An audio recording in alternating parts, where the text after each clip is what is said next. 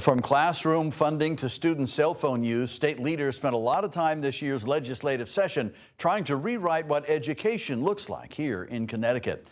Good evening once again. I'm Brent Harden. Fox 61's Victoria Anderson has a breakdown of what didn't pass and what changes you might see in the next school year.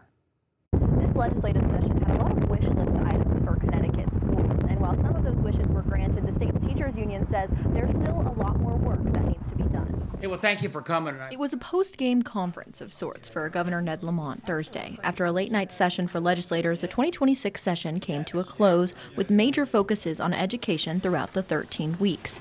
The major win for schools, a $190 million increase in funding with an additional $152 million in grants for districts. School districts can count on that 152. We want to make sure it's sustainable for next year. I heard that from every superintendent I talked to. No one-shot deals. The 2027 budget debate came down to the wire this session, with Republicans like former Senator and current gubernatorial candidate Ryan Fazio pitching revisions that would focus on tax cuts. There is no reason that we can't focus on the most important services from our state government and our local governments, like our schools and our infrastructure, without increasing spending overall by 8% year over year. Meanwhile, a statewide bell-to-bell ban on cell phone use drew bipartisan support, but didn't cross the finish line in time. So I think we're going to get that passed next year. In the meantime, we're going to give very clear guidance to the superintendents. This is where we think you ought to go. In a statement, the Connecticut Education Association carried a similar tune, saying, quote,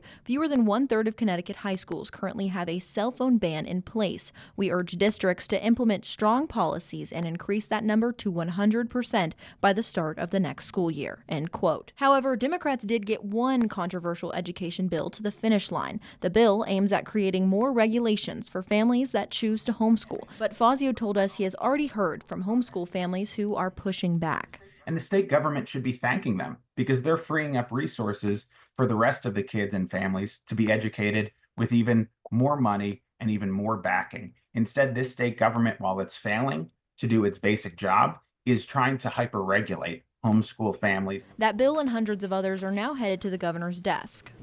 Governor Lamont says he hasn't made any official decisions on vetoes, but will be looking at how each bill impacts the budget very closely. In Hartford, Victoria Anderson, Fox 61.